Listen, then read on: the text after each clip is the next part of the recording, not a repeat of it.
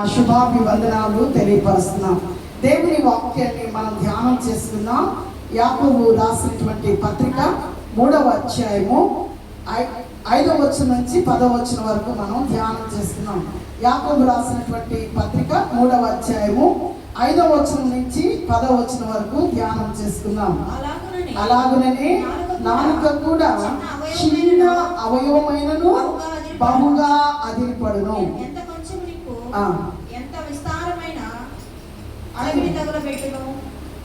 చదువుమా. నాలుక అగ్నియే. నాలుక మన అవయవములలో ఉంచబడిన పాప ప్రపంచమై సర్వ శరీరములకు మాలిన్యము కలుగజేయచ్చు ప్రకృతి చక్రములకు చిచ్చుపెట్టును. అది నరకము చేత చిచ్చుపెట్టబడును.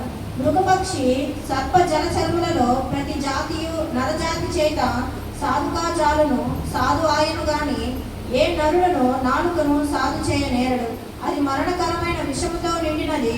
అది నిరంకళమైన దుష్టత్వమే. దీనితో తండ్రి అయిన ప్రభువును స్తుతింతుము. దీనితోనే దేవుని పోలికగా పుట్టిన మనుషులను శపింతుము. ఒక్క నోట నుండి ఆశీర్వచనమును శాపవచనమును బయలు వెళ్ళును. నా సహోదరులారా, ఇలా ఉండకూడదు. దేవుడు తన పరిశుద్ధ వాక్యం దీవించుగాక. చిన్న ప్రార్థన చేసుకుందాం. పరిశుద్ధాత్మ దేవుడు తన స్వరం ద్వారా మనందరితో మాట్లాడినట్లుగా చిన్న ప్రార్థన చేసుకుందాం. పరిశుద్ధుడైన మా తండ్రి, నీ పరిశుద్ధ నామమునకు కృతజ్ఞతలు, స్తుతులు, స్తోత్రాలు, వందనాలు చెల్లిస్తున్నాం. అతి ప్రాముఖ్యమైన సమయానికి వచ్చే ప్రభువా, చదవబడిన వాక్య భాగం మీది నిలబడిన నేను నీ కుమార్తెను, అపవిత్రమైన పెదవులను కలిగిన దానను నీ అగ్నితో కాల్చి నన్ను మరుగుపరుచుకొని, మానవ స్వరాన్ని మరుగుపరుచుకొని నీ స్వరం ద్వారా మీరు మాతో సూటిగా మాట్లాడమని ప్రార్థిస్తున్నాం. వినగల చెవులను, గ్రహింపగల మనసులు, వాక్యానుసారమైన జీవితాలు మా అందరికీ దయచేయండి. దూరాన సమీపాన ఈ వాక్యాన్ని వింటున్న బిడ్డలందరినీ కూడా నీ వాక్యపు ఆశీర్వాదములతో నింపి మీ నామములకు మాత్రమే మహిమ తెచ్చుకోమని యేసుక్రీస్తు ప్రశస్త నామములో ప్రార్థించి పొంది ఉన్నాం మా తండ్రి. ఆమేన్. హల్లెలూయా. ప్రియమైన దేవుని బిడ్డలారా, ఈరోజు మన అంశం నాలుక. నాలుక ఎక్కడ ఉంటుంది చెప్పండి అమ్మా. నాలుక ఎక్కడ ఉంటుంది? మీకు కనబడుద్దా? ఎన్ని అంగుళాలు ఉంటుంది తెలుసా? 3 అంగుళాలు ఉంటుంది. ఈ నాలుగుకి ఎముక ఉండదు. ఈ నాలుక చిన్నది. మన అవయవాల్లో ఇది చాలా చిన్నది. అయినా దీని యొక్క పనులు చాలా ప్రాముఖ్యతను సంతరిస్తాయనే విషయాన్ని నేను జ్ఞాపకం చేస్తాను. చదవండి వాక్య భాగంలో 5వ. అలాగునే నాలుక కూడా చిన్న అవయవమైనను ఏమవుతుందంట? బహుగా అదిరిపడుద్ది. మన అవయవాల్లో బహుగా అదిరిపడే అవయవం ఏదైనా ఉందంటే అదేంటి? నాలుక. నాలుక కనబడుద్దా? కనబడదు. కానీ నాలుక ఎలాంటిది అంటే అంటాడు, నాలుక అగ్ని. దేంతో పోల్చాడు చెప్పండి? నాలుక ఎలాంటిదంట? అగ్నియే. నాలుక మన అవయవంలో ఉంచబడిన పాప ప్రపంచ సర్వ శరీరానికి మాలిన్యం కలిగేస్తుంది. మన శరీరం మొత్తానికి మాలిన్యం కలిగేసేది ఏదైనా ఉన్నట్టు అది నాలుక అని రాయబడింది. చదవండి. ఇంకా ప్రకృతి చక్రమునకు చిచ్చుపెట్టును. అది నరకము చేత శిక్ష చిచ్చు పెట్టబడును. మృగపక్షి సర్ప జలచరములో ప్రతి జాతి నరజాతి చేత సాధు జాలుగా అవుద్ది. కానీ ఏ నరుడు కూడా నాలుకను సాధు చేయనేరడు అని దేవుని వాక్యం సరస. అది మరణకరమైన విషముతో నిండింది. కాబట్టి ఈ నాలుక విషయంలో మనం చాలా జాగ్రత్త వహించాలి. నాలుక అడిగినంత 32 పళ్ళతో అన్నదంట. ఏమన్నా తెలుసా? మీరు ఎంత సహాయం చేస్తున్నారో చక్కగా మీరు నమిలి నాకు ఇస్తే నేను ఆ రుచిని ఆస్వాదిస్తున్నాను, నేను మీకు ఎలా సహాయం చేయగలను అని అడిగిందంట. అప్పుడు పళ్ళన్నీ చెప్పాయంట, అమ్మా మేము తెచ్చింది చక్కగా తిను, ఆ రుచిని ఆస్వాదించు, కానీ ఎదుటోళ్ళ జోలికి వెళ్ళి తిట్టించుకోవాలి తల్లి, ఏమనవాక వాళ్ళని అంటే. ఎందుకంటే నువ్వేమో లోపల జాగ్రత్తగా ఉంటావు. నువ్వేదైనా మాట్లాడితే మా పళ్ళు 32 పళ్ళు రాళ్ళగొట్టబడతాయి. కాబట్టి నువ్వు మాకు చేసే సహాయం ఏదైనా ఉందంటే చాలా జాగ్రత్తగా ఉండమ్మా అని అంటే నాలుక. ప్రియ దేవుని ఉన్నారా, నాలుక కనబడదు కానీ సర్వ శరీరానికి మాలిన్యం కలిగి చేసేది, అది విషముతో కూడినది అనేటువంటి విషయాన్ని భక్తుడైన యాకోబు మనకి తెలియపరుస్తా ఉన్నాడు. ప్రియ దేవుని ఉన్నారా, అసలు మామూలుగా సగటున ఒక వ్యక్తి రోజుకి 30,000 మాటలు మాట్లాడతారు. ఇంచుమించు ఎన్ని మాటలు అంట? రోజుకి ఒక బుక్ వస్తే ఎన్ని బుక్కులు ఎక్కడెక్కడ పెట్టాలో చెప్పండి కదా. కాబట్టి ప్రియ దేవుని బిడ్డలారా, ఒక శిశువు మాట్లాడాలి అంటే, ఆ మాటలు నేర్చుకోవాలంటే 2 సంవత్సరాలు పట్టుద్దంట. చక్కగా ఒక శిశువు మాట్లాడాలంటే 2 సంవత్సరాలు పట్టుద్ది. అదే మాటలు నోరు మూసుకోవడానికి 50 సంవత్సరాలు పట్టుద్దంట. అర్థమైంది నా మాట? మాట్లాడడానికేమో 2 సంవత్సరాల్లో మాట్లాడేస్తారు. ఆ మాటలు కరెక్ట్గా మాట్లాడడానికి, లేకపోతే ఆ నోరు మూసుకోవడానికి, కంట్రోల్ చేసుకోవడానికి ఒక వ్యక్తికి ఇంచుమించు 50 సంవత్సరాలు పట్టుద్దంట. అంటే నాలుక ఎంత ఫాస్ట్ ఉందో ఒకసారి మనం గమనించవలసిందనే విషయాన్ని నేను జ్ఞాపకం చేస్తున్నాం. నాలుక అనేది ఒక అణుబాంబు లాంటిది. ఏంటంట? ఒక అణుబాంబు.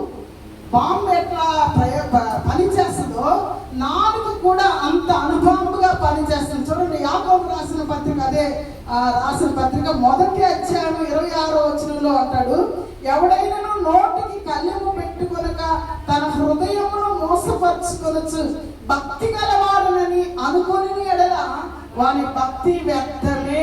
అర్థమవుతుంది నా మాటలు? ఏంటంట? భక్తిగా ఉన్నాను అనుకొని తన హృదయాన్ని, లేకపోతే తన యొక్క నోటికి కళ్ళెము పెట్టుకోనకుండా, ఏంటంటమ్మా, నోటికి కళ్ళెము పెట్టుకోకుండా నేను భక్తిపరుడు అనుకుంటే వారి భక్తి వ్యర్థమని దేవుని వాక్యం సెలవిస్తా ఉంది. ప్రియ దేవుని బిడ్డలారా, చూడండి, మరి గుర్రానికి చిక్కం వేయబడి కళ్ళెము వేస్తారు. ఎందుకంటే ఆ తాడు ద్వారా ఇటు తిప్పాలంటే, లేదా అటు తిప్పాలంటే ఆ కళ్ళెము ద్వారా చక్కగా తిప్పబెడతా ఉంటారు. అయితే చూడండి, అలాగే ఓడ, ఎంత పెద్ద ఓడైనా సరే గాలి, భయంకరమైన గాలి, పెనుగాలి కొట్టుకొని పోతా ఉన్నా కూడా ఒక చిన్న చుక్కాని ద్వారా ఆ ఓడంతా నడుపుతుంది. అలాగే మానవుని జీవితంలో ఒక వ్యక్తి మంచివాడు చెడ్డవాడు అని తెలియపరిచేది ఏం చెప్పండి? మన అవయవంలో అమ్మా మాటను బట్టే తెలుసుకోవచ్చు. ఆ మాటను బట్టి, మాట్లాడే వ్యక్తి విధానాన్ని బట్టి ఆ వ్యక్తి మంచివాడా, లేకపోతే ఆ వ్యక్తి మంచివాడు కాదా, లేకపోతే ఆ వ్యక్తి భక్తిపరుడా, లేకపోతే ఆ వ్యక్తి భక్తిహీనుడా అనేటువంటిది మాట ద్వారానే మనకి స్పష్టంగా అర్థమవుతుందనే విషయాన్ని నేను జ్ఞాపకం చేస్తా ఉన్నాను.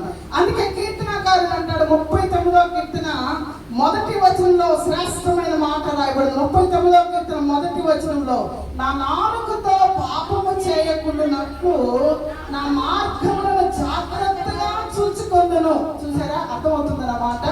ఏమంటున్నాడు భక్తుడు? నా నాలుకతో పాపము చేయకుండానట్లు నా మార్గములను జాగ్రత్తగా చూచుకొందును. అంటే మార్గాలు జాగ్రత్తగా చూసుకోవాలంటే నాలుగు ఏం చేయకూడదంట? పాపము చేయకూడదు. భక్తిహీనుడు నా ఎదుట ఉన్నప్పుడు నా నోటికి చిక్కము ఉంచుకొందును అనుకుంటే, ఎంత సమర్పణ, ఎంత భక్తి జీవితానికి అవసరమైనటువంటి మరి స్థితిని తను గమనించి భక్తుడైన దావీదు పలుకుతున్న మాట, నా నాలుకతో పాపం దేని ద్వారా వస్తుందంటే నాలుక ద్వారా వస్తుంది. మన జీవిత విధానాన్ని జాగ్రత్త పరచుకోవాలంటే మన నాలుకను మనము మరి సరి చేసుకోవాల్సిన ఆవశ్యకత ఎంతైనా ఉందని దేవుని వాక్యాన్ని సెలవిస్తుంది. సామెతల గ్రంథం 21వ అధ్యాయము 23వ వచనంలో ఒక మాట రాయబడింది, నోటిని నాలుకను భద్రము చేసుకుని వాడు శ్రమల నుండి తన ప్రాణమును కాపాడుకొను. మా శ్రమలు వస్తాయి, అర్థమవుతుందా? శ్రమలు వస్తాయి. శ్రమల్లో మన ప్రాణము కాపాడుకోవాలంటే ఏంటంట చెప్పాలి అందరూ? శ్రమల్లో మన ప్రాణాన్ని కాపాడుకోవాలంటే నోటిని నాలుకను భద్రం చేసుకోవాలి. భద్రం చేసుకోవాలి. ఎంత భద్రం? కొన్నిసార్లు భద్రం అంటారు. ఎందుకు? హెచ్చరిక చేస్తూ ఉంటారు, భద్రపరచుకోవాలి. అలాగే మన నోటిని, నాలుకను భద్రం చేసుకోవాలి. ఎందుకంటే శ్రమల గుండా మన జీవితాలు వెళ్ళేటప్పుడు సురక్షితంగా ఉండాలంటే మన నోటిని, నాలుకను భద్రం చేసుకోవాలని దేవుని వాక్యము సెలవుస్తుంది. ప్రియ దేవుని బిడ్డలారా, మత్తయి సువార్త 12:36 దేవుని రాయబడినంటే మనుషులు పలుకు ప్రతి వ్యక్తమైన మాటకు విమర్శ దినమున లెక్క అప్పజెప్పవలసి ఉన్నది. అమ్మా, అర్థమవుతుందా?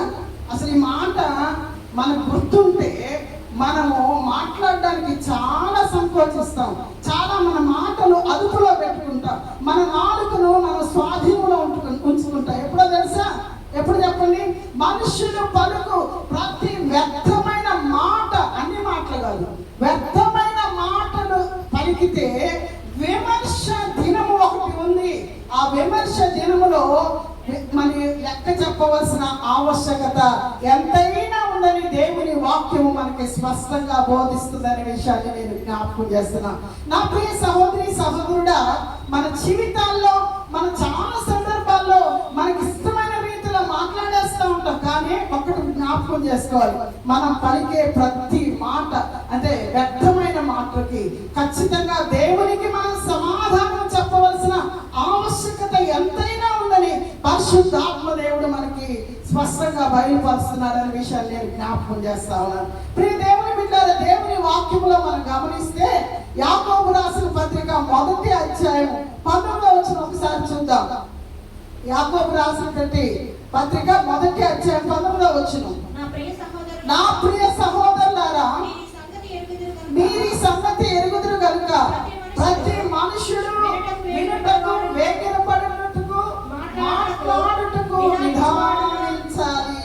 అబ్బా, ఈ మాట గుర్తుపెట్టుకుంటారా? మనం ఏం చేస్తాం తెలుసా? వినడం తక్కువ, మాట్లాడడం ఎక్కువ. కొన్ని సందర్భాల్లో ఎదుటి వ్యక్తి ఏం చెప్తున్నారో కూడా వినం, అవునా?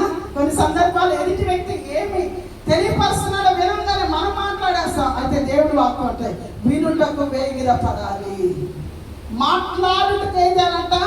నిదానించాలి. జ్ఞానం కలిగిన వారు చూడండి చాలా తక్కువ మాట్లాడతారు. అర్థమవుతుంది నా మాటలు? జ్ఞానము కలిగిన వాడు తన నోటిని లేదా తన నాలుకను చాలా జాగ్రత్తగా వాడతాడు. బుద్ధిహీనుడు ఊరుకొనక మాట్లాడి తనకు నాశనాన్ని తెచ్చుకుంటారని సామెతల గ్రంథంలో రాయబడిందనే విషయాన్ని జ్ఞాపకం చేస్తున్నాను. ప్రియ దేవుని బిడ్డలారా, ప్రతి మనుషుడు వినుటకు వేగిరపడాలి, మాట్లాడుటకు నిదానించవలసిన ఆవశ్యకత ఎంతైనా ఉంది. నేను ఒక విషయం చెప్పమంటారా? మనకి ఎన్ని చెవులు ఇచ్చాడు దేవుడు? మరి నాలుగు ఎన్ని నాలుగులు ఇచ్చాడు? అంటే 2 చెవులతో వినాలి, 1 నాలుగుతో మాట్లాడాలి. అంటే ఎక్కువ వినాలి, తక్కువ మాట్లాడాలనే విషయాన్ని నేను జ్ఞాపకం చేస్తా ఉన్నాను. ప్రియ దేవుని బిడ్డలారా, నాలుగుకి ఎంత శక్తి ఉందో తెలుసా మీకు?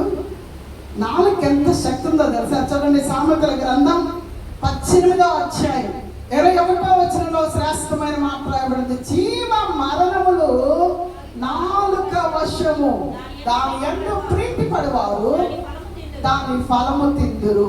ఎంత శక్తి ఉందో తెలుసా? మీకు అర్థమవుతుందా? మీకు అర్థమవుతుందా? జీవ మరణాలు ఎవరి వశం? నాలుగు వశం. నాలుగుకి ఎంత పవర్ ఉందో తెలుసా? నాలుగుకి ఎంత శక్తి ఉందో తెలుసా? జీవ మరణాలు నీ చేతుల్లో పెట్టేశాడు దేవుడు. దాని ఎంతో ప్రీతి పడువారు దాని ఫలము తిందరని దేవుని వాక్యము రాయబడింది. దేవుని బిడ్డలారా, చాలా సందర్భాల్లో అమ్మ వినండి, తల్లులు మన బిడ్డలు ఏం చేస్తాం తెలుసా?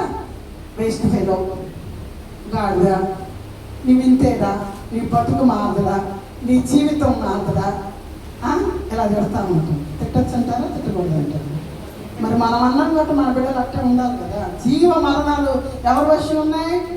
నాలుగు వశం ఉన్నాయి. బిడ్డల్ని ప్రోత్సహించే తల్లిదండ్రులుగా మనం ఉండాలి. కానీ మన కోపం వచ్చినప్పుడు మన ఇష్టానుసారంగా మనం మాట్లాడితే ఆ మాటల ఫలము బిడ్డలు పొందుకుంటారనే విషయాన్ని నేను జ్ఞాపకం చేస్తాను. కాబట్టి తల్లిదండ్రులు ఒకవేళ కోపం వచ్చినా కంట్రోల్ చేసుకొని మీ బిడ్డలని దీవించడానికి ప్రయత్నం చేయండి. కోపం వచ్చినా ఒకవేళ వారిని కొంచెం మీరు దీర్ఘశాంతం కలిగి వారిని ప్రేమతో అర్థమయ్యే రీతిలో వివరణ ఇస్తే వారు చక్కగా వారి జీవితాలు దేవుని మహిమ కొరకు వాడబడతాయనే విషయాన్ని నేను జ్ఞాపకం చేస్తాను. నేను తరచుగా చెప్తూనే ఉంటాను, థామస్ అల్వా ఎడిసినటువంటి బిడ్డ గురించి నేను చెప్పాను కదా. అతను గొప్ప ఆవిష్కర్త, మంచి బిజినెస్ మ్యాన్. ఆయన ఎలా తన జీవితం బాల్యం ప్రారంభమైందంటే, తన తల్లి స్కూల్కి పంపించినప్పుడు టీచర్ ఒక లెటర్ రాసి పంపించిందంట. ఏమని రాసిందో తెలుసా? ఆ పేపర్ తీసుకొచ్చి ఆ తల్లికి ఆ కుమారుడు ఇస్తే అది చదివి ఆ తల్లి మౌనంగా సూట్ కేసులో పెట్టేసిందంట. అప్పటికి ఏం అర్థం కాలేదంట. మమ్మీ ఏం రాశారు అంటే, నానా నీకు చదువు చెప్పేంత జ్ఞానం వాళ్ళకి లేదంట అని చెప్పిందంట. ఏమని చెప్పింది? నీకు చదువు చెప్పేంత జ్ఞానము ఆ టీచర్స్కి లేదంట, నన్నే చెప్పమన్నారు అని చెప్పింది. లెటర్లో ఏం రాయబడింది తెలుసా? అమ్మా, నీ బిడ్డకి చదువు చెప్పడం మా వల్ల కాదు, దయచేసి నీ బిడ్డని స్కూల్కి పంపించొద్దు అని రాశారు. తల్లి ఏం చెప్పింది? మనమైతే వెంటనే తీయగానే పనికి మాలోడా నేను అనుకున్నాను రా, నువ్వు ఇట్టే పంపేస్తామని. ఇదేనా నీ జీవితంలో? అక్కడి నుంచి కూడా అదే లెటర్ తెచ్చాడా అంటాం మనం. కానీ ఆ తల్లి అన్నది ఏంటో తెలుసా? నీకు చదువు చెప్పే జ్ఞానం వారికి సరిపోదంట, నన్నే చెప్పమన్నారు అని చెప్పి ఆ తల్లి ఆ బిడ్డను ఎక్కడ నిరుత్సాహపరచకుండా చక్కగా మరి చదువుని అభ్యసింపజేసి దాదాపు 1093 వస్తువులు కనుగొనడానికి మరి ఆ బిడ్డ కారకుడయ్యాడు. ఒక విద్యుత్ బల్బు ఈరోజు ప్రపంచానికి చీకటిని నుంచి వెలుగుని నింపడానికి కారకుడయ్యాడు ఆ బిడ్డ. దానికి గల కారణం తల్లి యొక్క మాట. హల్లెలూయా, హల్లెలూయా. తల్లి ప్రోత్సహించింది. దాదాపు 10,000 సార్లు విఫలమయ్యాడంట ఆ బల్బుని మరి వెలిగించడానికి. ఎన్నిసార్లమ్మా? మనమైతే ఒక్కసారి ఫెయిల్ అయితే, ఒక్కసారి కాకపోతే ఇక అంతేలే అని మనం సరిపెట్టుకుంటాం. కానీ ఎన్నిసార్లు ప్రయత్నం చేశాడంట? 10,000 సార్లు ప్రయత్నం చేశాడు. ఆ తల్లి ఒక వాక్యం నేర్పించిందంట. ఏం వాక్యం తెలుసా? నన్ను బలపరచు అని ఉంది, నేను సమస్తమును చేయగలను. హల్లెలూయా. 9,999 పర్యాయాలు ఆ బిడ్డ ఆ ప్రయత్నంలో విఫలమైనప్పటికీ ఆ వాక్యాన్ని పట్టుకొని ఆ తల్లి ప్రోత్సాహాన్ని సత్కరించుకొని మరి చక్కగా ఆ చీకటిని పారదోలడానికి, వెలుగును నింపడానికి కారకుడయ్యాడనే విషయాన్ని నేను జ్ఞాపకం చేస్తాను. ప్రియ దేవుని బిడ్డారా, మన నోటి నుండి జీవవాక్కులే రావాలి. మన బిడ్డలను మనము దీవించే వారుగా ఉండాలి కానీ శపించే వారుగా ఉండకూడదు. అందుకంటాడు, ఒక నోటి నుండి ఏమి నీరు వస్తాయి అమ్మా? చేతి నీరు వస్తాయా, తీపి నీరు వస్తాయి? చెప్పండి, చెప్పాలి. అది ఒకవేళ ఉప్పు నీరు అయితే ఉప్పు నీరు వస్తుంది, ఒకవేళ అది తీయటి నీరు అయితే తీయటి నీరు వస్తుంది. అంతేగాని ఒక హాఫ్ అన్ అవర్ చెప్పండి, హాఫ్ అన్ అవర్ చేదు వాటర్, తర్వాత హాఫ్ అన్ అవర్ తీయటి వాటర్ వస్తుందా? కానీ మనకు వస్తుంది. ఒక నోటితోనే దేవుని స్తుతిస్తాం, ఒక నోటితోనే శపిస్తాం. అయితే దేవుని వాక్యం సెలవుస్తుంది, జీవ మరణములు నాలుక వశము, దాని యందు ప్రీతి పడవారు దాని ఫలము తిందరని దేవుని వాక్యము స్పష్టంగా మనకు అర్థమవుతుంది. మరి మన జీవితాల్లో దేవుని కొరకు మనం బ్రతకాలి. మరి మన జీవితం, మన నాలుకను చాలా అదుపులో పెట్టుకొని మనం జీవించగలిగితే మన జీవితాలు ద్వారా దేవునికి మహిమ వస్తుంది. అలాగే అనేకులకు దీవెనకరముగా, ఆశీర్వాదకరంగా మన జీవితాలు మార్చబడతాయనే విషయాన్ని మనం జ్ఞాపకం చేసుకుంటా ఉన్నాం. ప్రియ దేవుని బిడ్డలారా, చూడండి, దేవుని వాక్యంలో అపోస్తలుడైన పౌలు పేతురు రాసిన మొదటి పత్రిక 3వ అధ్యాయం 10వ వచనంలో ఒక శ్రేష్టమైన మాట రాయబడింది. జీవమును ప్రేమించి మంచి దినములు చూడగోరువారు చెడ్డ మాటలు పలకకుండా తమ నాలుకను, కపటమైన మాటలు పలకకుండా తన పెదవులను కాచుకొనవలెను. హల్లెలూయా. ప్రియ దేవుని బిడ్డలారా, ప్రతి ఒక్కరు కూడా ఏమనుకుంటారు తెలుసా? నేను మంచి దినాలు చూడాలి. అమ్మా, మీలో ఎవరైనా చెడ్డ దినాలు చూడాలని ఎవరైనా అనుకుంటారా? చెప్పాలి గట్టిగా. మంచి దినాలు చూడాలనుకున్న వాళ్ళు దేవునికి స్తోత్రం చెప్పండి. మన చేతిలోనే ఉన్నాయి, మనం చూడొచ్చు. అర్థమైందా? ఇదేమో పెద్ద కాస్ట్లీది కాదు, లేదా దీనికోసం ప్రయత్నం చేయబడి. దేవుని వాక్యం ఏం చెప్తుంది తెలుసా? మంచి దినాలు చూడకూడదు వారు చెడ్డ మాటలు పలకకుండా తమ నాలుకను కాపాడు. చాలా మంది అసలు చెడ్డ మాటలు మాట్లాడతారండి, ఆ నోటికి హద్దే ఉండదు. దేవుని మందిరానికి వస్తూ ఉంటాం, దేవుని ఆరాధిస్తూ ఉంటాం, దేవుని ప్రార్థన చేస్తూ ఉంటాం, కానీ చెడ్డ మాటలు మాట్లాడుతూ ఉంటాం. దేవుని వాక్యం ఏం సెలవిస్తుంది తెలుసా? చెడ్డ మాటలు పలకకుండా నీ నాలుకను కాపాడుకోవాలి. ఎందుకో తెలుసా? నువ్వు మంచి దినాలు చూడగోరాలంటే, నీ జీవితము మంచిగా ఉండాలంటే చెడ్డ మాటలు మనము పలకకూడదు. దేవునికి స్తోత్రం చెప్తాం. హల్లెలూయా. ఇంకొంచెం బిగ్గరగా. ప్రియ దేవుని బిడ్డలారా, మంచి మాటలు మనం పలకాలి. చెడ్డ నాలుక ఒకటే, మన స్వభావాలు అది చేసే పనిని బట్టి పేర్లు మారుతాయి. చెడ్డ నాలుక చూడండి, చెడ్డ నాలుక అంటే అబద్ధాలు చెప్పడం, దూషించడం, గాయపరచడం. అసలు ఎట్లాంటి కత్తిపోటు వంటి మాటలు. ఎట్లాంటి మాటలమ్మా? ఇంకేం మనమేం కత్తి పెట్టి చంపగలిగా, కత్తి పెట్టాల్సిన అవసరమే లే. మన నాలుగు బయటకు వచ్చిందంటే చాలు. దెబ్బ కొట్టినా చెప్పండి గట్టిగా. కానీ మాటలు కానీ కత్తిపోటు మాటలనే ఇక అవి ఎదుటి వ్యక్తి సంవత్సరాలు బాధపడాలి. అయితే ఇక్కడ మనం గమనిస్తే ప్రియ దేవుని బిడ్డలారా, ఎఫెసీయులకు రాసిన పత్రిక 4వ అధ్యాయము 29వ వచనంలో ఒక శ్రేష్టమైన మాట రాయబడింది. వినువారికి మేలు కలుగునట్లు అవసరం బట్టి అనుకున్న వచనము పలుకుని కాని మీ నోట ఏ దుర్భాషైనను రానియద్దు. అమ్మా, వినివారికి ఏం కలగాలి? నీ మాటను బట్టి వినివారికి ఏం కలగాలి? నీ నోరు తెరిస్తే, లేకపోతే నీ నాలుగు తెరిస్తే వినేవారికి ఏం కావాలి? మేలు కలగాలి. అమ్మ అయ్యా గంపమ్మ, నోరు తెరిచిందమ్మా, నాలుగు తెరిచిందమ్మా అనకూడదు. వినువారికి మేలు కలుగునట్లు అవసరం బట్టి అనుకున్న వచనమే మనం పలకాలి, కానీ మీ నోట ఏ దుర్భాషైనను రాకూడదు. హల్లెలూయా. చాలా మంది దుర్భాషలు ఆడుతూ ఉంటారు. నా ఇష్టం ఎవడు మాట్లాడతాడు. కొంతమందికి అలవాటు ఊత పదం. అది ఎదుటి ఎవరున్నారా? ముందు దేవునికి భయపడినోడు ఎవరికి భయపడతాడు అనుకోండి కదా. దుర్భాష, జాగ్రత్త. చెడ్డ మాటలు మనం పలకూడదు. ఒకవేళ నువ్వు చెడ్డ మాటలు పలుకుతున్నావంటే నీకు మంచి దినాలు లేవని గుర్తుపెట్టుకో. నువ్వు మంచి దినాలు చూడాలి అని ఆశ నీలో ఉంటే నీ నాలుకను నువ్వు కంట్రోల్ చేసుకోవాలి. చేతులెత్తి దేవుని స్తోత్రం చెప్పండి. ప్రియ దేవుని బిడ్డలారా, అందుకే అపోస్తలుడైన పౌలు కొలస్సీయులకు రాసిన పత్రిక 3వ అధ్యాయం 8వ వచనం చదవండి. కొలస్సీయులకు రాసిన పత్రిక 3వ అధ్యాయం 8వ వచనం. ఇప్పుడైతే మీరు కోపము, ఆగ్రహము, దుష్టత్వము, దూషణ, మీ నోట బూతులు అను వీటన్నిటిని విసర్జించుడి. హల్లెలూయా. ఏం చేయాలంటమ్మా? బూతులు ఏం చేయాలి? విసర్జించాలి. వదిలిపెట్టడం వేరు, విసర్జించడం వేరు. విసర్జించి మళ్ళీ తీసుకుంటామా? ఒక్కసారి విసర్జించామనుకో, నోట్లోంచి ఉమ్మి ఇంకా చాలా ఉన్నాయి.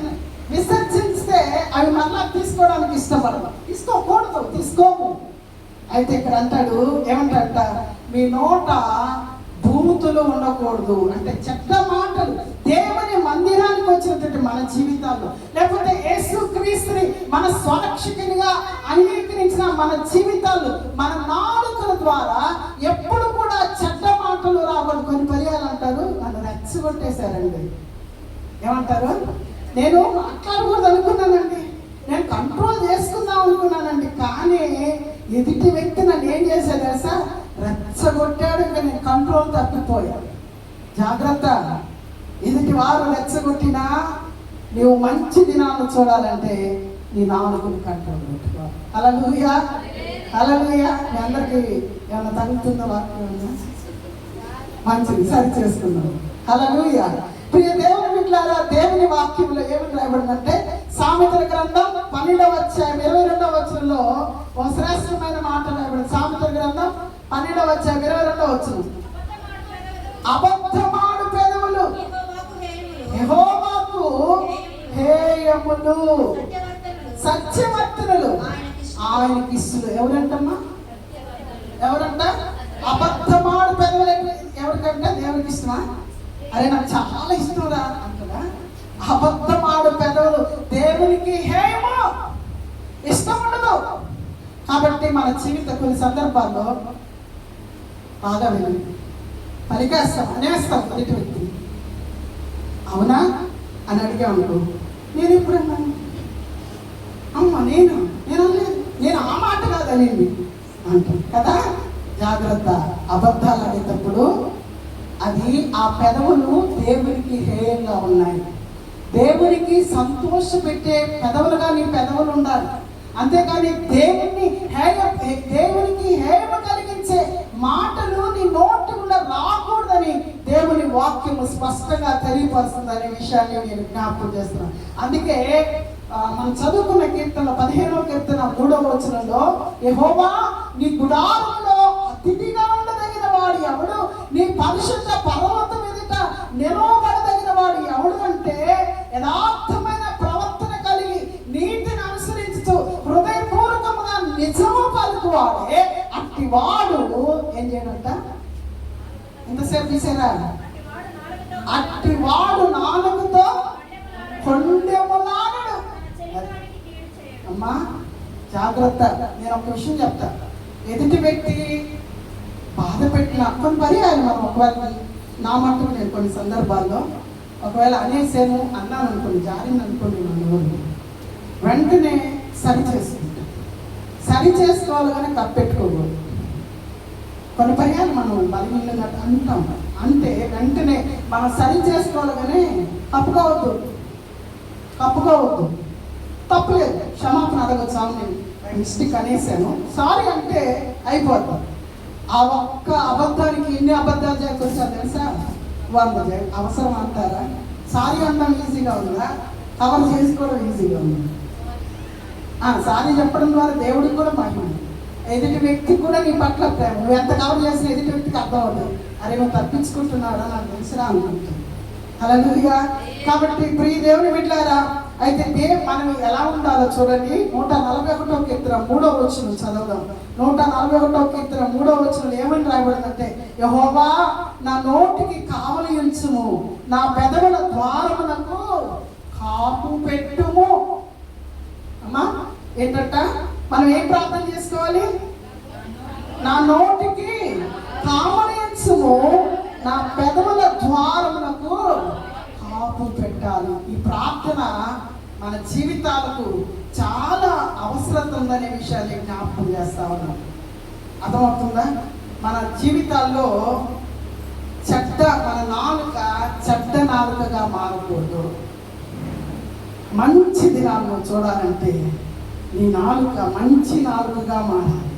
రెండవ చెప్తా చూడండి. రెండవది అదే పేతురు రాసిన మొదటి పత్రిక 3వ అధ్యాయం 10వ వచనం అంటాడు, జీవమును ప్రేమించి మంచి దినములు చూడగోరువారు చెడ్డ మాటలు పలకుండా తన నాలుకను కపటమైన మాటలు పలకుండా. ఈ రెండో నాలుక ఏంటో తెలుసా? కపటపు నాలుక. ఏం నాలుక? కపటపు నాలుక. కపటపు నాలుక అంటే ఏంటో తెలుసా? మోసపూరితమైన మాటలు. ఏం మాటలట? మోసం. ఉండేది ఇంత, చెప్పేది కొండ. మోసపూరిత మాటలు. రెండోది ఈ పర్యాయ పదాలు. కపటపు నాలుక అంటే మోసపూరితమైన మాటలు, కపటత్వం, చెట్టను దాచుకోదు, చెప్పేదానికి చేసేదానికి పొంతన లేకపోవడం. ఈ మాటల్ని కపటపు మాటలు అంటారు. ఈ దేవుని బిడ్డలారా, 51వ కీర్తన 19వ వచనంలో ఇక్కడ చూడండి. 51వ కీర్తన 19వ వచనం. 50వ కీర్తన 19వ వచనం. కీడు చేయవలనని నీవు నోరు తెరుచుచున్నావు, నీ నాలుక కపటము కల్పించుతున్నది. నాలుక ఏం చేసిందంట? కపటము కల్పిస్తా ఉంటుంది. నువ్వు మంచి దినాలు చూడాలంటే, నువ్వు మంచి దినాలు నీ జీవితంలో అనుభవించాలంటే చెడ్డ నాలుక నీలో ఉండకూడదు. కపటపు నాలుక నీలో ఉండకూడదు. ఒకవేళ ఉందా సరి చేసుకోవాల్సిన ఆవశ్యకత ఎంతైనా ఉందనే విషయాన్ని నేను జ్ఞాపకం చేస్తాను. 109వ కీర్తన 2వ వచనంలో ఒక మాట రాయబడింది. 109వ కీర్తన 2వ వచనం. చాలా లేట్ తీస్తా ఉన్నారు. భక్తిహీనులు తమ నోరు కపటముగా తమ నోరు తెరచి ఎవరు మీద? దావీదు భక్తులు పలుకుతున్న మాట ఏంటో తెలుసా? నన్ను చెరపాలని భక్తిహీనులు తమ నోరు కపటపు గల తమ నోరు తెరుస్తా ఉన్నారు. ప్రియ దేవుని బిడ్డారా, కపటపు నాలుక మనకు ఉండకూడదని దేవుని వాక్యం స్పష్టంగా బోధిస్తుందనే విషయాన్ని నేను జ్ఞాపకం చేస్తా ఉన్నాను. సామెతల గ్రంథం 6వ అధ్యాయం 16వ వచనం చూడండి. సామెతల గ్రంథం 6వ అధ్యాయం 16వ వచనంలో చక్కటి మాట రాయబడింది. యెహోవాకు అసహ్యములైనవి 6 కలవు, 7 ఆయనకు హేయములు. అవేమనగా అహంకార దృష్టి, కళ్ళలాడు నాలుక. అమ్మా, చెడ్డ నాలుకంటే దేవునికి అసహ్యమే. కళ్ళలాడు నాలుకైనా కూడా దేవునికి అసహ్యం. ఎంత అసహ్యం అంటే దేవునికి అయిష్టమైన, దేవునికి ఇష్టం లేదు. ఈరోజు కళ్ళలాడు నాలుక నీలో ఉందా? కళ్ళలాడు నాలుక నాలో ఉందా? పరిశుద్ధాత్మ దేవుడు నిన్ను నన్ను ప్రేమించి మన జీవితాల్లో మంచి దినాలు మనం చూడాలి. ఈరోజు తన వాక్యం ద్వారా మనతో మాట్లాడుతున్నాడు అనే విషయాన్ని నేను జ్ఞాపకం చేస్తున్నాను. చూడండి, మత్తయి సువార్త 26వ అధ్యాయం 48, 49 వచనాల్లో ఏమని రాయబడిందంటే, ఆయనను అప్పగించేవాడు నేను ఎవరిని ముద్దు పెట్టుకుందునో ఆయనే యేసు, ఆయనను పట్టుకొనుడని వారికి గుర్తు చెప్పి వెంటనే యేసు వద్దకు వచ్చి, బోధకుడా నీకు శుభమని చెప్పి ఆయనను ముద్దు పెట్టుకున్నాడు. యేసుక్రీస్తుని పట్టివ్వడానికి ఎన్ని వెండి నాణ్యాలు తీసుకున్నాడు ఆయన? 30 వెండి నాణ్యాలు మాట్లాడుతున్నాడు, తీసుకున్నాడు. ఆయన పట్టించే విధానం చూడు. బహుజన సమూహము కత్తులు ఉదయం పట్టుకొని తీసుకొని వస్తా ఉన్నాడు సైనికులు. మళ్ళీ ఏమంటున్నాడు అంటే చూడండి, ఆయన అప్పగించేవాడు ఏ సింబల్ పెట్టాడు తెలుసా? నేను ఎవరిని ముద్దు పెట్టుకుందనో ఆయనే యేసు, ఆయన పట్టుకున్న గుర్తు చెప్పాడు.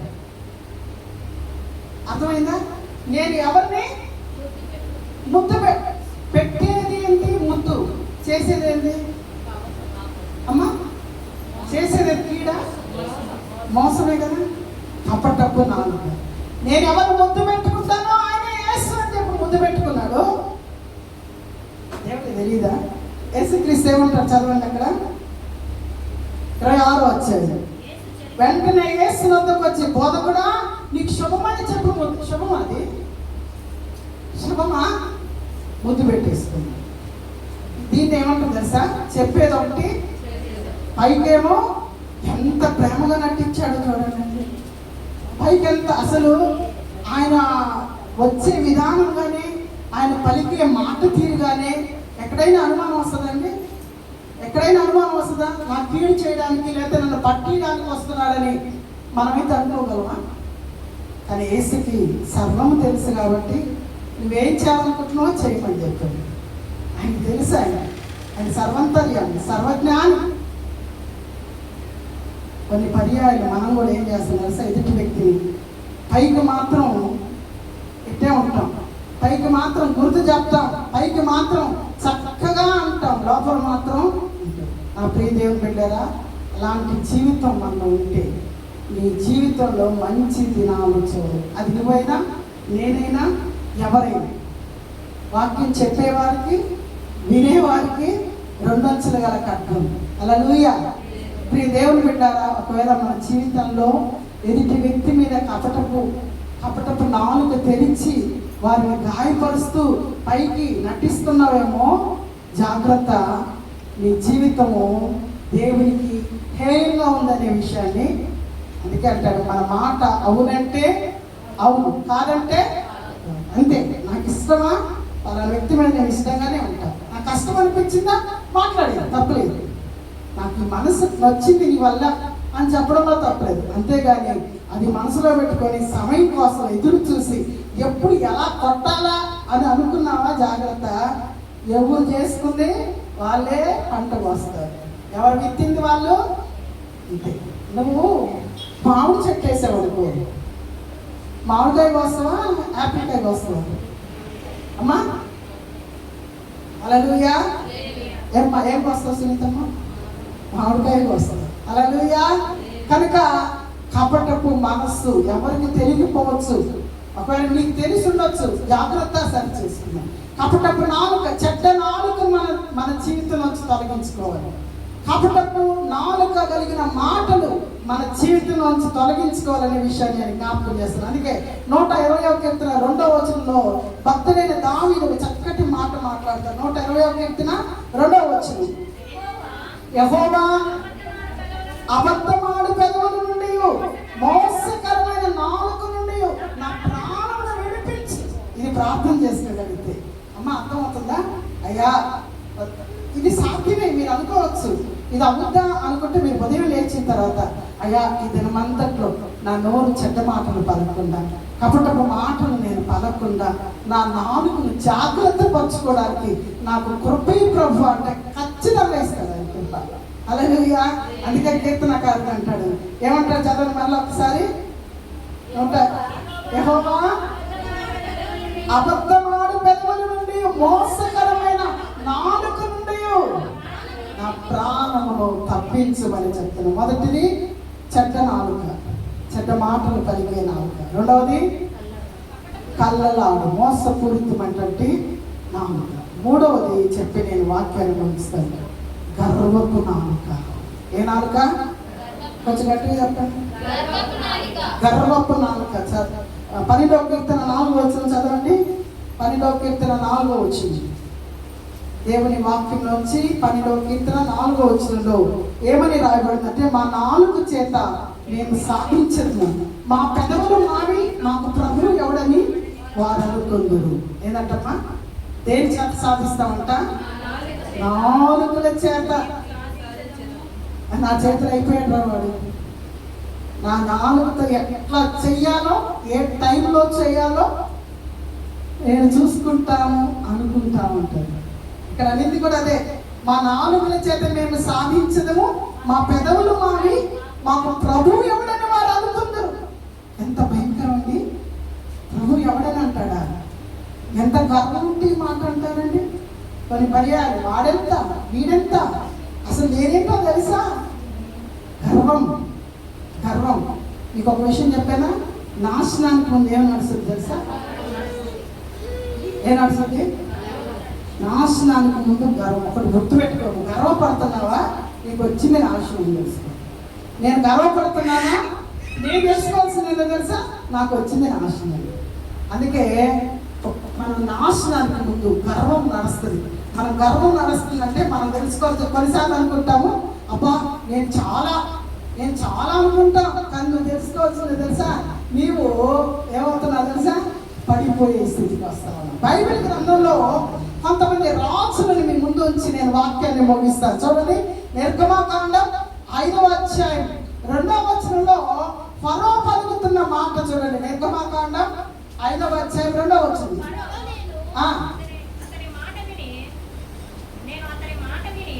ఫరో క్లియర్గా చదవమ్మా.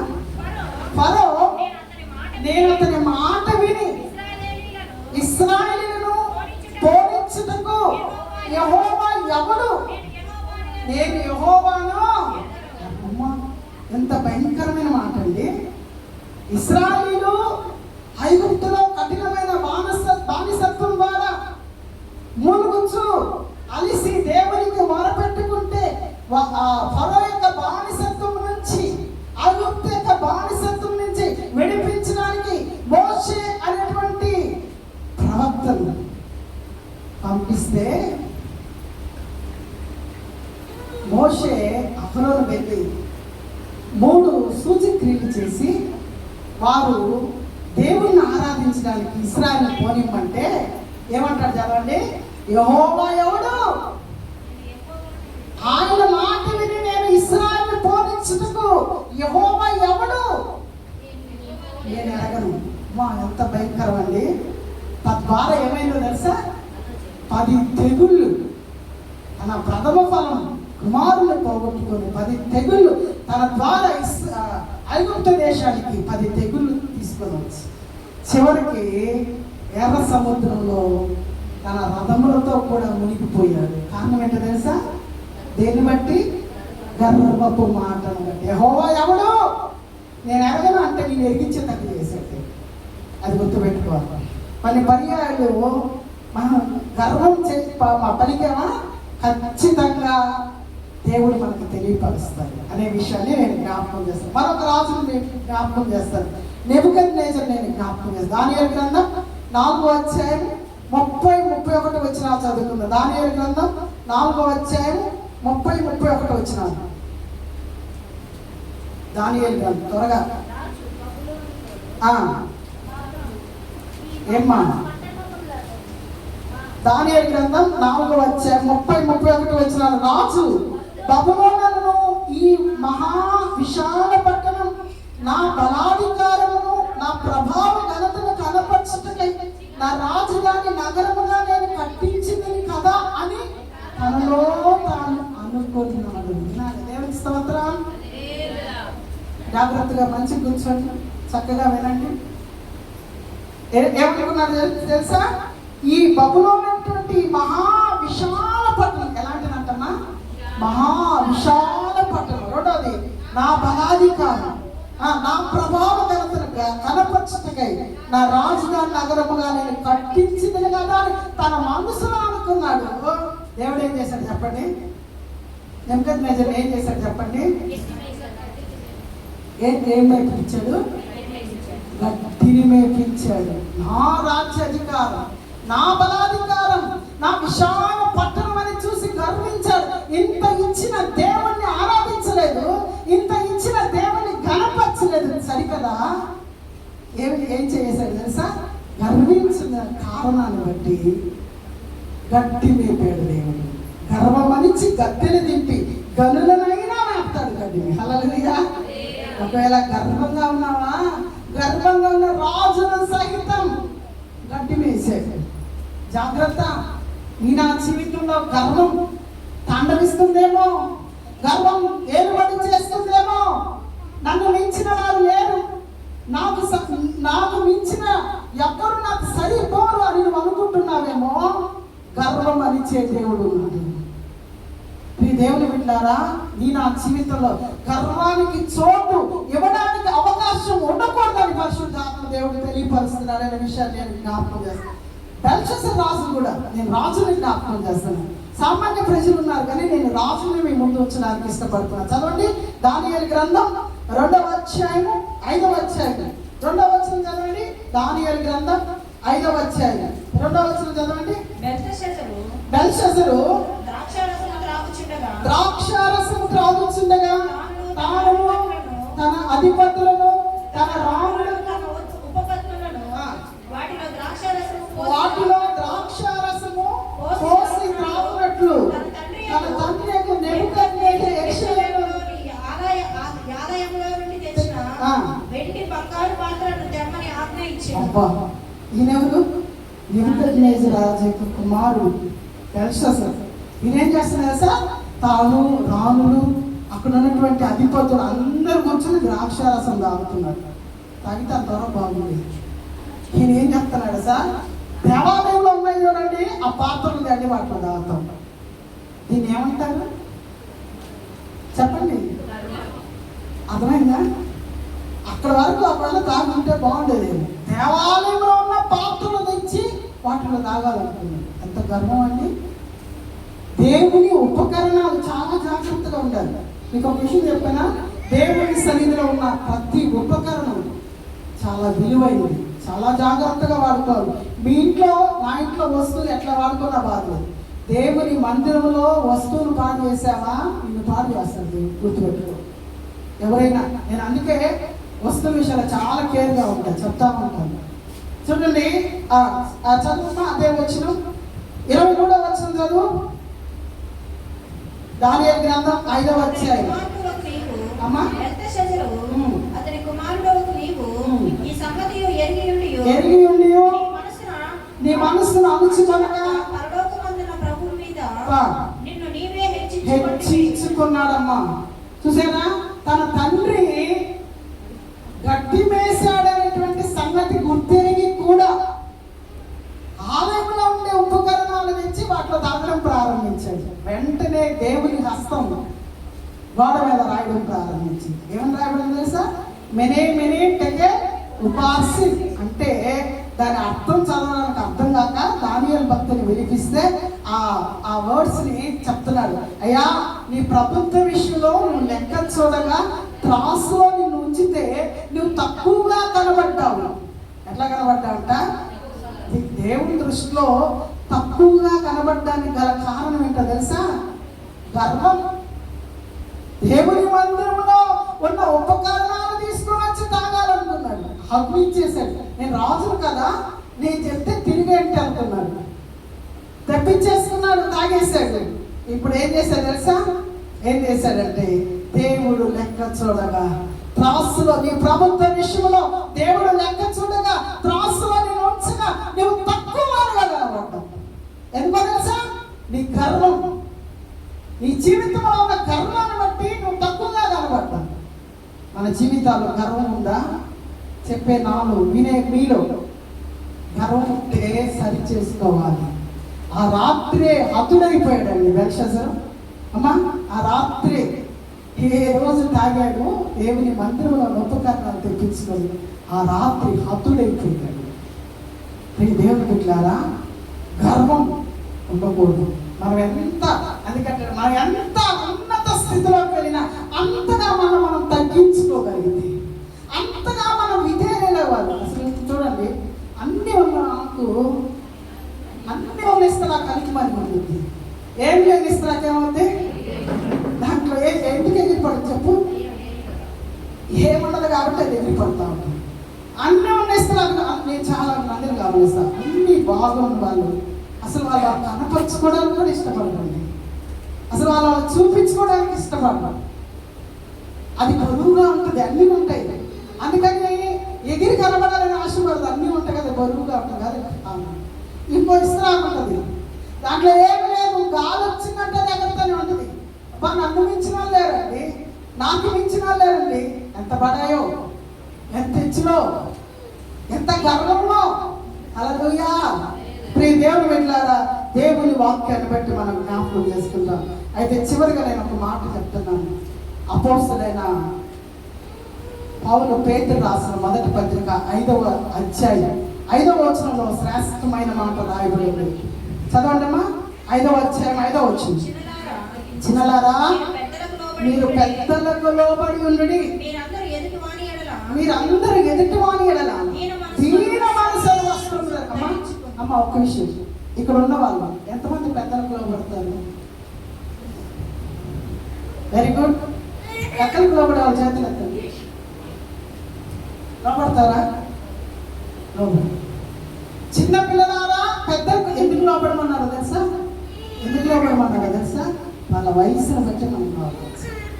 అమ్మా, వయసును బట్టి వాళ్ళ పెద్దవాళ్ళు మాట్లాడేటప్పుడు కూడా ఈ మాటలు అక్కడ బాగుంది, ఈ మాటలు కూడా కొద్దిగా ఉండాలి. ఎందుకంటాడు, నీవు పైన ఆకాశమందు దేవుడు ఉన్నాడు, నువ్వు భూమి మీద ఉన్నావు, నీ మాటలు ఎట్లా ఉండాలి?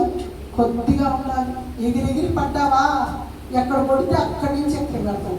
లూసిఫర్ని ఎక్కడ కొడితే ఎడగొట్టాడు తెలుసుగా అమ్మా? లూసిఫర్ కొడితే ఎక్కడి నుంచి కొడితే ఎక్కడ పడ్డాడో తెలుసుగా. కనుక మన జీవితాల్లో గర్వానికి తావు ఇవ్వకూడదు. నీకు ఎంతన్నా ఉన్నాయి, నీకుంటే నువ్వు తింటావు. అర్థమైందా? ఇంకా అక్కడ పెడతావమ్మా. గర్వము ఏలుబడి చేయకూడదు. ఎంత ఉన్నా ప్రభువా ఇచ్చింది నువ్వేగా. పరలోకమందున్న దేవుణ్ణి స్తుతించడం మానేసి నా బలాధికారం, నా విశాల పట్టణం, నా ఆధిక్యత అని గర్వించడం ద్వారా గడ్డి వేసే జాగ్రత్త. ఒకవేళ ఈ వాక్యం వింటుంటే మన జీవితాల్లో గర్వం తాండవిస్తుందేమో. పెద్దలు ఉన్నప్పుడు నీ మాటలు కొద్దిగా ఉండాలి. దేవుని మందిరంలో ఉంటే నీ మాటలు కొద్దిగా ఉండాలి. చూడండి, గమనిస్తా, చాలా మంది విధేయులుగా ఎంత ఒబిడియన్స్గా అని వాళ్ళు పెద్దవారు మనం మాట్లాడచ్చా, మాట్లాడకూడదు. కొంతమంది పెద్దలు లేరు, చిన్న లేరు, మహానాయకులు వారి మా గర్వం మాది, నన్ను మించిన వాళ్ళు లేరు అనుకుంటావా? జాగ్రత్త. నేను చెప్పను అన్నమాట, తర్వాత ఏం జరుగుతుంది. కాబట్టి ఎదుటి వాని ఎడల దీన మనసును వస్త్రము ధరించుకోవాలి. ఏ వస్త్రం ధరించుకోవాలమ్మా? ఏ వస్త్రం ధరించుకోవాలి? పట్టు వస్త్రమా? ఇంకా కాస్ట్లీ ఏమంటే చెప్పండి. అవే ఎదుటి వారి, ఒకవేళ పైకి బహిర్గతంగా నువ్వు ఏ వస్త్రమైనా ధరించుకో, అంతర్గతంగా ఎదుటి వాని ఎడల దీన మనస్సు అనే వస్త్రాన్ని ధరించుకోవాలని దేవుని వాక్యం సరస్తుంది. అందుకే చివరిగా అంటే సామెతల గ్రంథం 10వ అధ్యాయం 20వ వచనంలో నీతిమంతుని నాలుక ప్రశస్తమైన వెండి వంటిది. ఏంటంట? ప్రశస్తమైన వెండి వంటిది. 35వ కీర్తన 28వ వచనంలో చూడండి. 35వ కీర్తన 28వ వచనంలో నా నాలుక నీ నీతిని ప్రచురపరచినట్లు. చదవండి కీర్తనలో 35వ కీర్తన 28వ వచనం. నా నాలుక నీ నీతిని గురించి నీ కీర్తిని గురించి దినమెల్లా సల్లాపములు చేయును. హల్లెలూయా.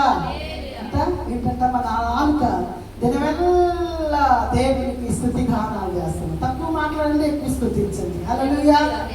మనుషులతో తక్కువ మాట్లాడండి, దేవునితో ఎక్కువసేపు దేవుని ఆరాధించడం నేర్చుకోండి. మీ జీవితాలు ఆశీర్వదింపబడతాయి. మన జీవితాలు ఉన్నతంగా దేవుడు ఆశీర్వదిస్తాడనే విషయాన్ని నేను జ్ఞాపకం చేస్తున్నాను. అందుకే 34వ కీర్తనలో మొదటి వచనం, నేను ఎల్లప్పుడూ యెహోవాను సన్నుతించెదను, నిత్యము ఆయన కీర్తి నా నోట నుండును. హల్లెలూయా. అది మనం చేయాల్సింది. దేవునిచ్చిన నాలుకతో దేవుని స్తుతించాలి. నువ్వు మంచి దినాలు చూడాలంటే చెడ్డ నాలుగుందా జాగ్రత్త, కపటపు నాలుగుందా జాగ్రత్త. వేషధారణ ఒక విషయం చెప్పానా, వేషమైనా క్షమిస్తాడు దేవుడు. అమ్మా అర్థమవుతుందా? కొన్నిసార్లు నువ్వు చాలా వేషం, అమ్మో చాలా పాపం అని అంటారు. వారిని క్షమిస్తాడు, కానీ యాక్టింగ్ ఉంటుంది వేషధారణ, దాన్ని అయినా క్షమించి వేషనైనా క్షమిస్తారు, వేషధారణ క్షమి. కనుక మనందరం మన జీవితాల్లో ఇలాంటి స్వభావాలు, ఇలాంటి నాలుక, ఇలాంటి లక్షణాలు మనం కలిగి ఉంటే పరిశుద్ధాత్మ దేవుడు మనందరినీ హెచ్చరిస్తాం. దయచేసి అందరి తలలో ఉంచండి. ఒక చిన్న సమర్పణతో కూడిన ప్రార్థన చేసుకున్నాం. ప్రభువా నీ స్వరంలో అందరూ కలిపోయింది. మోకరించగలిగిన వారు మోకరించండి. ఒకవేళ ప్రభువా తెలుసో తెలియదు, నా జీవితంలో అయ్యా చెడ్డ మాటలు మాట్లాడుతున్నాను అయ్యా, నా ఎవరి జీవితాన్ని బట్టి, నా స్థితిని బట్టి అందరూ కలు మూసుకోవాలి. ఎవరు డిస్టర్బ్ కావద్దు. సమర్పణతో కూడిన ప్రార్థన చేసుకోండి. చెడ్డ మాటలు పలుకుతున్నానయ్యా, నా నాలుకను కంట్రోల్ చేసుకోవడానికి సహాయం చేయి ప్రభా. కపటపు మాటలు పలుకుతున్నానయ్యా, అయ్యా కపటపు జీవితం, కపటపు నాలుక నుంచి నన్ను తప్పించు ప్రభు. మంచి సమయం ఇది, చాలా అమూల్యమైన సమయం. దేవుడు నిన్ను నన్ను ప్రేమించి నీ జీవితాన్ని సరి చేయడానికి దేవుడు ఇచ్చిన మహా అవకాశం. దయచేసి ఎవరు పోగొట్టుకోవద్దు మంచి అవకాశం. అయ్యా నాలో ఉన్న చెడ్డ నాలుక స్వభావం, చెడ్డ స్థితి, అబద్ధాలాడేది, పరుగు వారిని గాయపరిచేది, ఇలాంటి జీవితం నాకు వద్దు ప్రభు. నేను మంచిది నా చూడాలయ్యా, నేను మంచి జీవితాన్ని అనుభవించాలయ్యా. చెడ్డ మాటలు వద్దయ్యా, కపటపు మాటలు, చెప్పేది ఒకటి చేసేది ఒకటి, వేషధారణయ్యా. పైకి భక్తిగా ఉన్నాను, పైకి చాలా బాగా మాట్లాడుతున్న, లోపల హృదయం అంతా కపటపు జీవితం అయ్యా. యోధ లాంటి జీవితం నాకు వద్దు ప్రభు. అలాంటి జీవితం నేను తీసివేసుకుంటున్నాను, సమర్పణ చేస్తున్నాను. చివరిగా గర్వపు మాట వద్దయ్యా, గర్వపు నాలుక వద్దయ్యా. నేను ఎంతటి దాన్నయ్యా. దావీదు అంటాడు, దేవా ఇంతగా నన్ను హెచ్చించుటకు నేను ఎంతటి వాడను. రాజుగా ఉండి దేవుని మందిరములోకి వెళ్ళి తను తాను తగ్గించుకొని ప్రార్థన చేస్తాడు. అయ్యా ఇంతగా నన్ను హెచ్చించుటకు నేను ఎంతటి వాడనయ్యా. నా కుటుంబం ఏ పాటిది ప్రభువా. ఎంత సమర్పణతో కూడిన ప్రార్థన, తాను ఎప్పుడు మర్చిపోలేదు. అయ్యా నా స్థితి, గొర్రెలు కాచుకునే నేను ఈరోజు నన్ను ఇశ్రాయేలు మీదుగా రాజుగా చేస్తే నేను ఎంతటి వాడనయ్యా అన్నాడు దావీదు మహారాజు. మరి నీ నా జీవితం ఎంతటిదో, ఆయన ఎదుట గర్వంగా ప్రవర్తిస్తున్నావేమో. గర్వం మనిషి గద్దలు దింపిన దేవుడు మన దేవుడు. రాజులు సహితము గడ్డి మేసారు, రాజుల సహితము అంతమయ్యారు. పరిశుద్ధాత్మ దేవుడు నిన్ను నన్ను హెచ్చరిస్తున్నాడు. అయ్యా నాలో ఉన్న గర్వాన్ని తీసివేసుకుంటాను. మా నాలుకలు మావి, మా పెదవులు మావి, ఎవడు అని మేము అంటున్నావేమో నాయన. నీ స్వరం ద్వారా నన్ను సరి చేశావు ప్రభు. నీ స్వరం ద్వారా నాతో సూటిగా మాట్లాడావు ప్రభు. ఒక సమర్పణ చేసుకుంటున్నాను అయ్యా. ఈరోజు నుంచి నా జీవితంలో చెడ్డ నాలుక, కపటపు నాలుక, గర్వపు నాలుక తీసివేసి నీతిమంతుని నాలుక ప్రశస్తమైన వెండి వంటిది అన్నావు కదయ్యా. నా నాలుక నీ నీతిని గురించి ప్రచురణ చేయనట్లు నిత్యము నా నోట నీ కీర్తిని ఉంచుకొని నేను స్తుతించే అనుభవంలోకి వస్తాను. చిన్న సమర్పణతో ప్రార్థన చేసుకున్నాం. పరిశుద్ధుగా నీ పాదాలకు వందనాలు చెల్లిస్తున్నాను. ఇంతవరకు ప్రభువా ఈ స్వరం ద్వారా మీరు నాతో మాతో మా అందరితో మాట్లాడేందుకు వందనాలు అయ్యా. మా జీవితాల్లో ఉన్నటువంటి స్వభావాలన్నింటినీ తొలగించుకొని ప్రభువా నీకు ఇష్టమైనటువంటి జీవితం దావీదు లాంటి మంచి అనుభవం పొందుకొని ప్రభువా మా హృదయాల్లో నిన్ను ఏలుబడి చేస్తూ, మా హృదయాల్లో నిన్ను హెచ్చిస్తూ, నిన్ను సంతోషపరిచే విధంగా మమ్మల్ని మేము కట్టుకోవడానికి నీ వాక్యం ద్వారా మాతో మాట్లాడినందుకు వందనాలు చెల్లిస్తూ, నీ వాక్యానికి లోబడి నీ వాక్యానుసారంగా ప్రవర్తించడానికి మా కృప దయచేయండి. యేసుక్రీస్తు ప్రశస్త నామములో ప్రార్థించి పొంది ఉన్నాం మా తండ్రి. దేవుడు మిమ్మల్ని అందరినీ దీవించిన గాక. మీ అందరికీ ప్రత్యేకమైన వందనాలు. మరి ముఖ్యంగా మన మధ్యలో దైవ సేవకులు ఆనంద కుమార్ పాస్టర్ గారు ఉండడం మనకి ఆశీర్వాదకరం, దగ్గరకరం. వారికి కూడా ప్రత్యేకమైన వందనాలు తెలియపరుస్తూ ఉన్నాను. మంచి కానుకలు సమర్పించుకుందాం. దేవుని సరి